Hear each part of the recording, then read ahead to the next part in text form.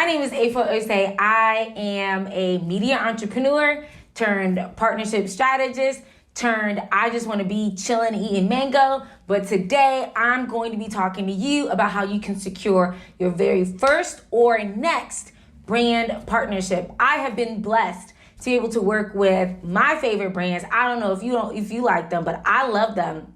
Brands like Facebook, Google, Visa, L'Oreal, Estee Lauder, Thinkific, and so many more. And I want to talk to you about how you, as a course creator, as a digital entrepreneur, as an expert, a speaker, a coach, an author, can work with brands.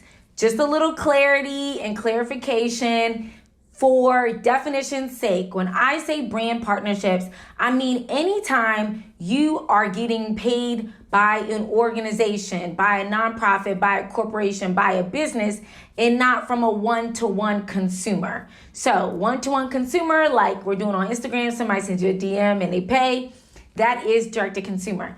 I'm talking to you about business to business. So you, as a business owner, are going to contract the services, or correction, you as a business owner, you are then going to be contracted by another business to deliver services to their business. So that's what we're talking about, not direct to consumer, but direct to business or direct to enterprise. There are a lot of words around it, but I wanted to clarify. The phrase brand partnerships is quite popular because of what we've seen in the influencer and the social media space. But since the beginning of time and the beginning of capitalism, and we got our own issues with capitalism, there's always been a need for people to deliver services to organizations. Yes, organizations have a lot of employees and they have a lot of people who are doing things, but they always also have gaps. So that's where you come in as an expert, as somebody with knowledge and tools and products and services. You too can step in and fill the gap. We're going to call them brand partnerships because that's what they call it on the internet. But for all intents and purposes, it is you securing a corporate client. So we went through the intro and through the definitions, and I hope we're all on the same page here. Now, what I want us to do right now is I want you to tell me, who is your dream brand partnership? Who's your dream corporate client? That client that if you got that contract signed, if you got that direct deposit, you are going to be out in the streets yelling to everybody. International. We made it. Hey. We made it. We made it. Hey.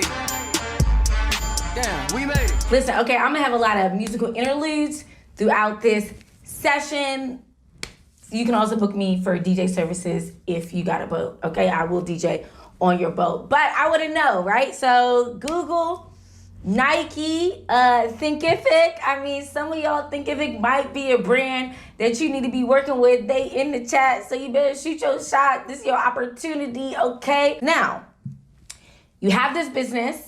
You have this idea, you know the brands or the clients that you want to work with. So what's stopping you? What is the one thing that is keeping you from going out there and talking to them? What's the issue? And I got a song for this because so many of us are saying the same things. For you to come at me with another lame excuse. See, I heard it all before. All of your lies, all of your sweet talk, baby this, baby that, but your lies ain't working now. Okay, what are those excuses? And some of them might be very good. You might be just starting out. You might be trying to just build out the foundations of your business. I know some people are like, I don't know how to find these people. I don't know how to reach them. Or you reach them and they're not responding to you. I've heard it. I believe it. It's tough out here. But I also trust and know that when you get these two things, and these are the two things that I'm going to cover today, your perspective as well as a plan, then you're going to be set and you're going to be successful in reaching out and making these connections and securing these brand partnerships. Okay, so if you're ready, let me know in the chat so that we can get started, we can get going.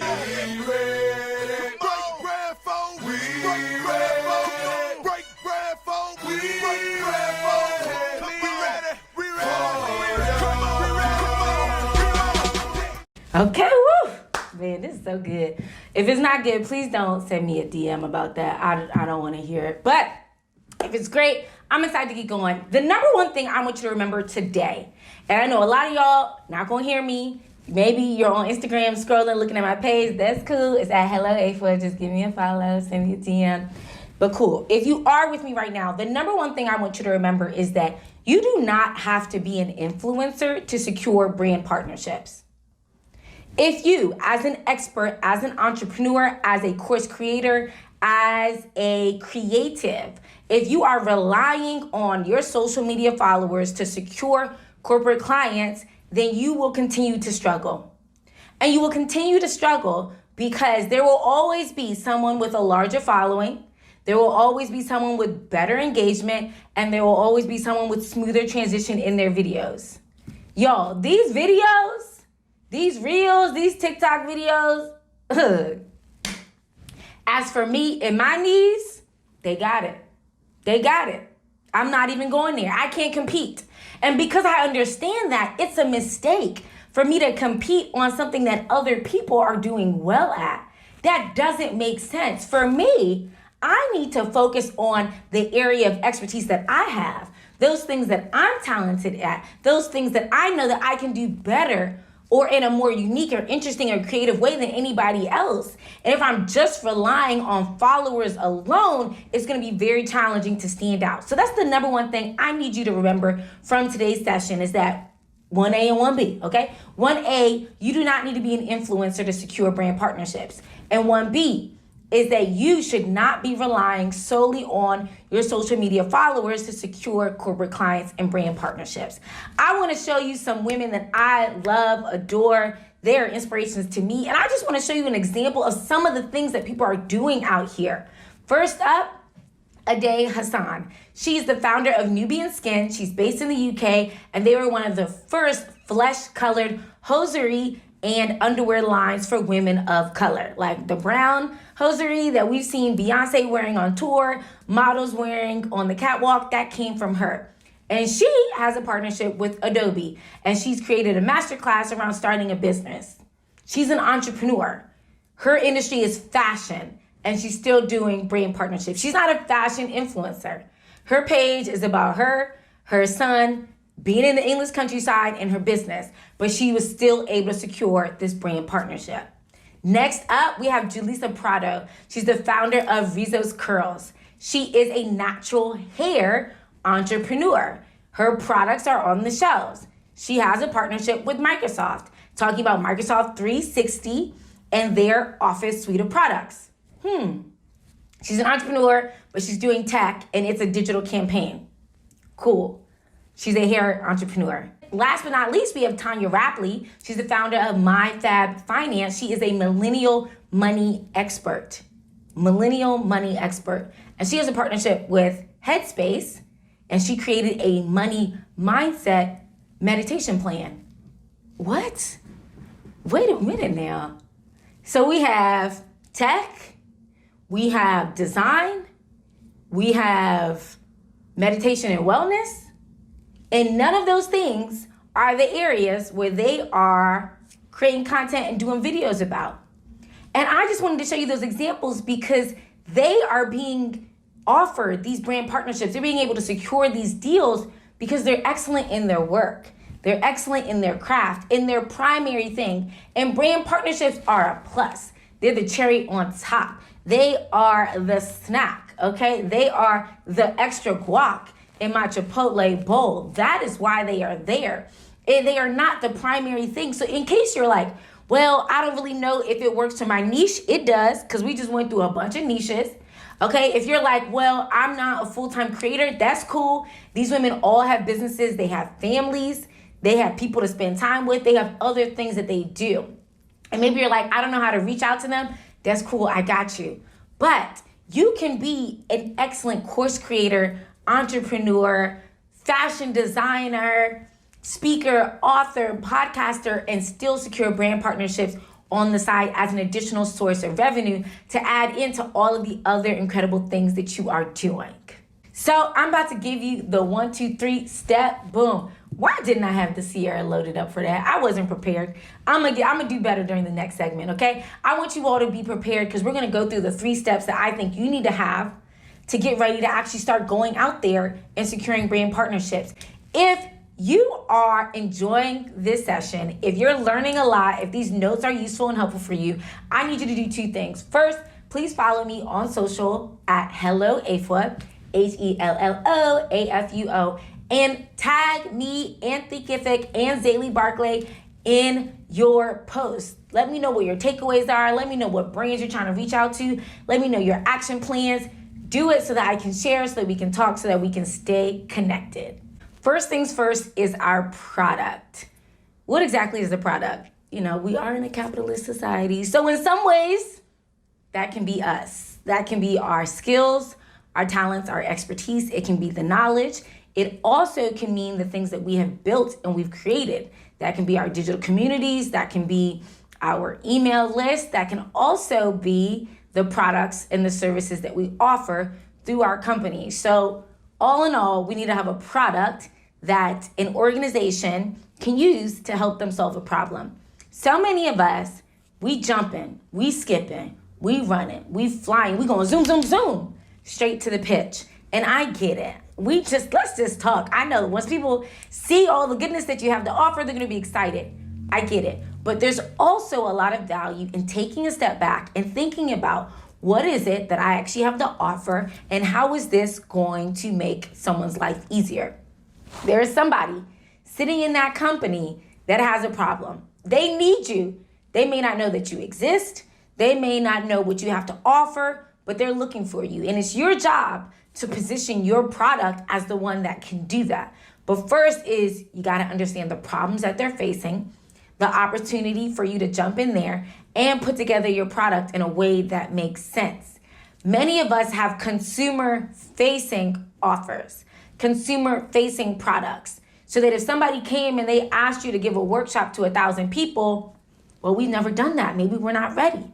If someone's come and they've asked you to do, 1,500 candles for specialized candles for their clients, oh, we haven't done it. We're not ready at that scale. We don't have the pricing. So I want us to sit and think about, yes, we have a consumer-facing product. We have one that we can sell on our website. It works great on Shopify or on Instagram. But also, let's think about what that corporate offer, what that brand partnership offer actually looks like. If Netflix comes to you, if Microsoft comes to you, if Thinkific comes to you tomorrow, what are you telling them that you can do? Now, for some of us, we actually already have a business. We already know what it is. We just need to tweak it a bit. Cool, I'm gonna move you to this side. Now, in case you're like, I'm just getting started, I don't know, I'm starting from scratch, that's okay because we're all, we all had to start from somewhere and we all go through this process and experience of figuring out what that looks like. So to get you started, your product to a corporate client or for a brand partnership might be in 3 major categories: knowledge, experiences, and products. It's most likely going to be in them. You might be like, oh, yes, there's always people that are outside of the group, outside. I get it. But for this discussion, it's typically going to fall into a category of knowledge, experiences, and products. Knowledge, that's what you have in your mind as a consultant, as a trainer, as an expert. It's your ability to take your knowledge that you have and to solve a problem. It also is in your ability to do that for other people. So there could be a bank, a financial institution out there that's looking to help high schoolers with their financial literacy. You as a money expert, you as somebody who's into cryptocurrency, you're into new technology, they may want to hire you to be a spokesperson and to deliver a training to high school students on behalf of that institution. That's you using your knowledge for a brand partnership. The second one is experiences. That's your ability to bring people together, online or offline, and integrate that brand partner into that experience. That's what many people who have email newsletters, if you're a podcaster, if you do retreats or you do gatherings, that's one way that you can work with a brand partner. So you want to really think and brainstorm about if that dream brand said, hey, I love what you're doing. How do I get in there? Where do they fit? How are you going to integrate them? The last one is products. Limited edition, specialty packaging, curated. What kind of products are you creating that you actually can hand over and to deliver to that client for that brand partnership? I know we've all seen the red carpets of the big shows and they have those gift bags and they have all those things. Those are partnerships because they believe that if they get their products in the hands of those celebrities, it's going to help those businesses move forward. But it doesn't just need to happen on the red carpet. It can happen in so many other ways. There could be a company that is doing a special event for their premium clients, and they want you as a fashion designer to create a special kind of logo or a special design for their clients. Also, big news, we've heard about Skims being the official loungewear and sleepwear provider for the Olympics. That is a brand partnership because they're able to get their products in front of that audience and they're going to get benefits the other way as well. So also think about your products. So essentially, regardless of your industry, your niche, your field, there is a way for you to create a brand partnership that is beneficial. There's a way for you to create a brand partnership that enables you to get out there and provide a service. But you have to decide what it is that you want to deliver, what it is that you want that product to be, and how you're going to package it in a way that makes sense for a corporate client or for a brand and not just for a direct-to-consumer audience. The next step in our plan is our process. And I love good instructions. We go from here, we go from here, we go from here. You know, a little bit like this. Shoulders, chest, pants, shoes. Shoulders, chest, pants, shoes. Right? You see, when we have a process and we have steps to follow, we know how to follow them together. And that is exactly what you need when it comes to brand partnerships. I'm gonna be honest with you. These deals can take longer to develop because it's not just one person agreeing to give you their money. Whomever it is on behalf of that company has other people that they need to report to. They have a team, they have a manager, they have somebody who's looking at the budget. And so before they get approval to say yes and to spend that money, there's likely going to be some steps and some processes. So you need to make sure that you're together in your process. So I'm going to run through real quick, real straight to the point, real direct, what the process most likely is going to be like for you when it comes to securing brand partnerships. So the process first starts out with research, and that's so important. The same way we talked about having that understanding of the opportunities and really understanding what that brand is looking for, the problems they have, you need to do your part as well. Do your research. I don't know how many times I get emails where people are like, oh, I know you do X, Y, and Z. No, I don't. No, I don't. And if you would have went to my website, you would have known that. You would have known that. So do your research so that you're not going straight to the trash, straight to the junk box, straight to blockity block, okay? First is research. Secondly is relationships.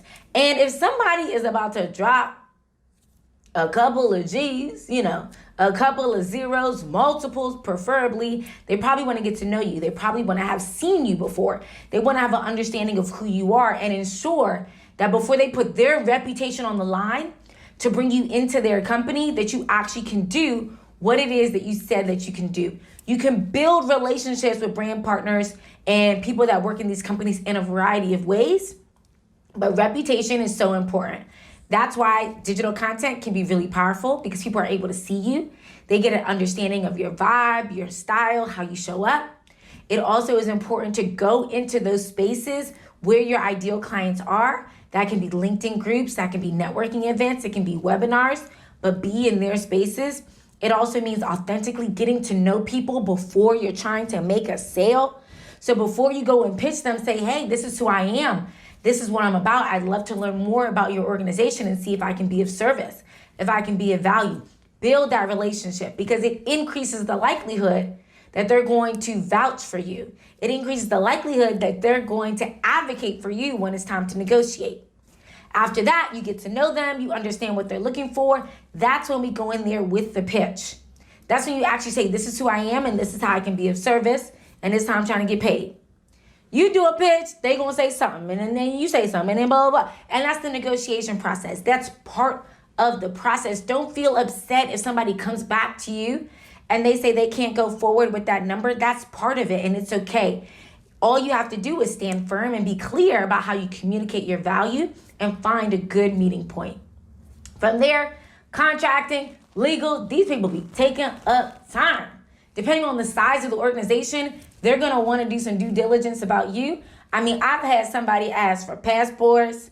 They've asked for all the documentation when we started the business. I felt like they was about to ask for my transcript from elementary school. That's how much they were digging up into my business. So you wanna be prepared and have those documents ready, but then also be able to read through all that paperwork, have external counsel if need be to review it. There it comes to execution. You wanna have a consistent client process where you're checking in, you're ensuring that you're aligned on the KPIs, how the work is supposed to be done, you're communicating consistently. Now I know because you're on this webinar that you're gonna do excellent, that you're a boss, you're a G, you're gonna do boom. You're not gonna embarrass nobody's family members. So once you do it excellently, that's when we now start to talk about next steps. And hopefully you're able to convert that one opportunity into multiple opportunities. You're hopefully able to convert that one project into referrals for other people that you work with.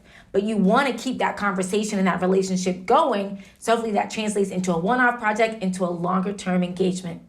Woo! That's it. That's the process. You're going to have opportunities where people jump straight to, hey, we want you for this project. Can you work with us? Other times it's going to take 6 months to build a relationship. There's one client, I promise you, one client, it was 2 years. 2 years from when I first started trying to find the right person in the organization to when I actually was able to get a contract signed. So many times it will not happen immediately. It'll happen over time. But when you go through these processes and when you go through these processes and you go through these steps, that's just gonna help you stay organized. So get a spreadsheet. You can use tools like HubSpot or Salesforce or Monday.com to track your conversations. But you want to just say, hey, I reached out to somebody on LinkedIn. Have they gotten back to me? I need to follow up with them and keep it organized because it can take much longer than a week, than a month, than 3 months, 6 months, a year. Sometimes somebody will say no in 2020 and then come back with the bag in 2021. You never know. So being organized is really important and really critical as you're going through these steps. So far, we've covered our product and really thinking about how do we use our skills, talents, and expertise to solve a problem that an organization might be having. Then we covered the process and remembering that we need to be organized and structured because these conversations can take time. We need to go from doing our research and building a relationship to having that conversation and being comfortable with negotiating to executing excellently and converting that into a long-term partnership. Once you set that up, it's actually time for you to go out there and start talking to people. And when I pitch, it sounds a little bit like this. What's up? Let's slide. All right. Okay. We gon' get it on tonight. You smoke. I smoke. I drink. Me too. Well, good. Because we gon' get hot tonight. Got drops. Okay. Basically, like, people won't know that you're ready to work until you tell them you're ready to work. It doesn't have to be complicated. It doesn't need to be convoluted. It doesn't need to be ridiculous, but it does need to be clear and direct. So let me know in the chat. If you've pitched to a brand that you wanted to work with before. Let me know in the chat. If you've pitched and how did it go? Did you get a response? Because I know some people, like, they don't even reply and you be just sitting there so sad and lonely, sounding like Akon on the track, just at home lonely, right? Did you pitch and they said, well, this is great, but it's not the right time? Or were you able to pitch and actually converted it into an opportunity? Let me know. Or maybe you've never pitched before and this is your first time. Let me know in the chat. Right. What I want all of us to remember and to keep in mind is that a pitch is literally just a conversation. It's just an opportunity for you to say hello, for you to say what you have to offer and open up a dialogue to see the best fit. Yes, you'll go in there with a pitch deck, which is your perspective or your best idea, but you don't work for that company. And unless they have given you a very clear brief, line by line, with notes explicitly stating what they need, you don't know. You're just doing your best guess. And you want to have an educated guess. That's why we do our research. And that's why we build relationships first. But you still don't know. So you want to think about it as a conversation. So when I reach out, it's very simple. And here's the template, y'all. Here's the format. Here are the keys. It's not, I don't need to hide it. Here it is. Paragraph number 1. Who you are and why are you talking to them? Why are you in somebody's inbox? We're all busy. You need to be explicit. Hi, my name is Afua. I am a digital media entrepreneur and a partnership strategist. I'm reaching out because I would like to collaborate with you for your upcoming event as a guest speaker. Bet. First paragraph, I know what you want. That second paragraph is where you tell them why you're in their inbox. Why are you qualified to be asking them for something? Because you want something from them. You want them to do something for you. There are a lot of people who are reaching out. So in that email, DM, voice note, please, I don't think you should send a voice note, or that LinkedIn message, you need to be clear about why you're qualified. If you were humble, I love it. Being humble is important. It's great. However, we also don't want to shy away from those things that we're excellent at. And we need to speak it. We need to speak about it. A little bit like this. Too good for this necklace, and I look too good to be wearing this. You know I look way too good to be innocent. I'm conceited. I got a reason. See, I look too. Okay, don't go that far. But if you have been successful in producing results for your other clients, if you've trained 500 people, if you have sold your products in 4 different states, if you've been featured in different media platforms, tell us, show us, speak it out. Let me know right now in the chat, what's one incredible accomplishment that you've done, that you've achieved, that a brand partner needs to know about? That's going to help you build credibility, because it's all about credibility boosting. We're busy. Someone's might be going to give you 10 to 15 seconds in that email. First, they read it. They're like, okay, this is what they want. Then they want to be like, who is this person? So let me know in the chat, what are your credibility boosters that are going to get somebody to take notice and maybe not put this email to the trash, okay? So paragraph number 1 is who you are, your name, and what it is that you want. Clear. Paragraph number 2 is your credibility boosters and why you're qualified to be in their inbox. Paragraph number 3 is some quick highlights about how this is going to benefit them, how this is going to help them. If you have expertise in increasing sales, if you're great at training people, whatever it is that you've done, let us know how this connects back to them and what they care about. Section number 4, you talk about next steps and you close it out. Do you want to have a call? Do you want to have a meeting? Do you want to be referred to somebody in their office? Whatever it is, be clear and explicit about that so that they know what it is that you want. The bonus is your subject line. Subject line, I should know what you want from your subject line. I've seen a lot of just basic subject lines, and we don't want to do that because people are busy. Subject line needs to be clear. So that's your pitch email. As I said, it shouldn't be complicated. Even though I said 4 paragraphs, I didn't mean it. Please don't be writing out here no novel. No. These should be 4 sections, and each section shouldn't be more than 2 to 3 lines, max 4 lines each. Clear, succinct, the shorter the better. If you have some links that you want to include to your previous work, cool, absolutely go for it. But you want to start off with that. Then after that, you want to have a conversation. So your goal should always be to get somebody on the phone, on a Zoom, in a meeting, have a conversation, because that's when you're actually going to be able to tell them who you are, what you're about. They may respond back to you and say, hey, actually, do you have any ideas? Can you share with us your pitch? Pitch deck. If you want a sample template or an outline, send me a DM at Hello Afua and I'll send it to you. It should also be short. It shouldn't be more than 7 to 8 pages. Who you are, what you're about, what you've achieved, and how you believe that you can be of service to them. Still high level, but focus on the goals, the KPIs, the distinct opportunities that you have to be of service and to help them. But you're going to make the sale. You're going to secure that deal through a conversation. And that's where you want to try your best to be able to actually get them on the phone or in a meeting. So that's your pitch. We started off with our product, being clear about what we actually wanted to offer a potential brand partner. Next, we set up our process, starting off with relationship building as well as our research.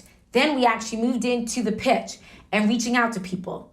What happens after that? You get going. You use that spreadsheet or that CRM, customer relationship management system, like HubSpot or Salesforce, any kind of software you want to use to start tracking it and see how you're doing. You will mess up. We all mess up. You will probably you will probably spell someone's name wrong. You'll probably send an email to the wrong person. It happens to the best of us.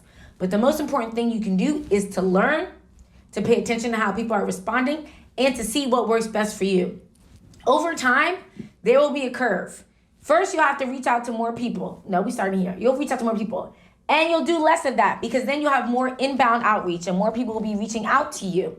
But people need to know that you're open for business, that you actually can solve their problems. And unless they know that, then they're not going to be able to assist you.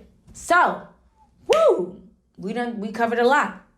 I want to run it back. I want to come back. I want to just share these things these important things that I want you to remember. First and foremost, you do not have to be an influencer to work with brand partners. You need to do it. No. And there's no yeah in this one. It's just no. Secondly, I want you to compete on your skills, your talents, and your expertise, not on your dance moves. Because I just know, and maybe if you're like me, you know it too. Our knees, they not built for that. So let's just respect ourselves, okay? 3, spend some time thinking about how do you transition your consumer offer to something that might work for an organization, for a nonprofit, for a big brand, for another business. Spend that time doing your research, doing your analysis, thinking about how you want to adjust it. You're most likely going to offer something around knowledge, experiences, and products. So think about how can you transition and create an opportunity for a brand to connect with that. After that, we need to set up our process. This is not the time to get disorganized because many times these conversations take a long time and you want to position yourself in the best possible light. Set yourself up with a clean and easy to understand spreadsheet or a software that's going to keep you organized. Next, we want to set up our pitch. The pitch is an opportunity to open up a conversation. There should be negotiation. There should be dialogue. There should be conversation because you don't know actually what they need. You have an idea. You have a guess based on your research, based on you being in the places that they're at, listening, having conversations. But this needs to be a conversation for you to finalize and figure out what works best for both sides. Okay. So I hope this was helpful for you. I hope that this really helped you figure out and come up with a plan about how you're going to go about it, do it. What I want you to do, I'm going to challenge you to work on 5 this month. 5. That's it. 5. Come up with a list of 5 different brands, organizations, nonprofits, groups that you believe that you could work with. I want you to spend some time thinking about how could you be of service to them? What can you offer them that's going to help them move forward? What can you offer them when it comes to helping them improve their operations, improve their talent, improve the way that they're connecting with the community? There are so many ways that you can help them do better. So think about that. I want you to start to do some research. Who are the people in that organization who can help say yes to that offer, to that pitch? And how can you start to build a relationship with them? Reaching out, introducing yourself, letting them know what you're interested in, and starting that conversation. I want you to have the confidence to go out there and start to pitch. You can do it. You absolutely can. You have the skills, you have the talent, you have the expertise, you have it. I promise you, you got it. You can do it. Well, that's it. That is it. And I want to say thank you for tuning in, for staying connected, for engaging with me in the chat. I hope this was helpful. If this was helpful, please let me know in the chat. Be like, yes, girl, we ready. Let's go. Let's do it. I'm ready for some money. You don't have to say all of those things, but any of those things would be nice. I'd love to see it. I believe in you. I absolutely do. I've seen it in my own life. I've seen it in the life of my company. And being able to say, I just was honest. I'm like, you know what? I can't compete with a celebrity. I don't want to. That's not the road that I want to be on. That's not the type of impact I want to have in the world. So I had to really be honest and think about how can my company stand out? How can we be different? We created a unique voice. We approached brands and we are very specific. And we said, if you want to create this type of content, if you want to reach this kind of audience, if you want this kind of expertise, we are your people. If you want to do something else, absolutely go there. Go there. So it was heavy on this kind of vibe.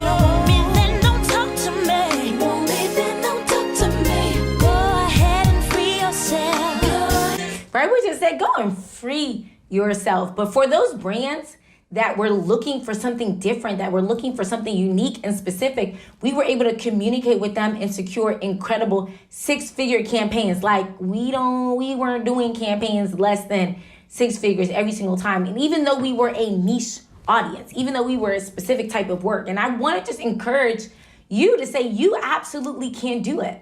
You absolutely can do it. You can go and create it. You can absolutely go and find those kind of brand partners that want to work with you based on your expertise. And it doesn't have to look like the traditional influencer model. That's it, y'all. That's it. Thank you so much for rocking with me. If you want to stay connected and you want more support along your partnerships journey, this is what I want you to do. First is go to partnershipaudit.com. That's going to walk you through step by step a simple analysis to help you figure out where you're at in your partnerships journey and the best course of action to help you secure more partners. If you want to stay connected with me on social media, follow me at Hello Afua. And if you want to get access to any of the resources that I mentioned today, such as that pitch template, or an example spreadsheet to help you brainstorm some different ways that you can be of service to a brand partner, send me a DM. Thank you so much to Thinkific. I can't wait to see y'all out here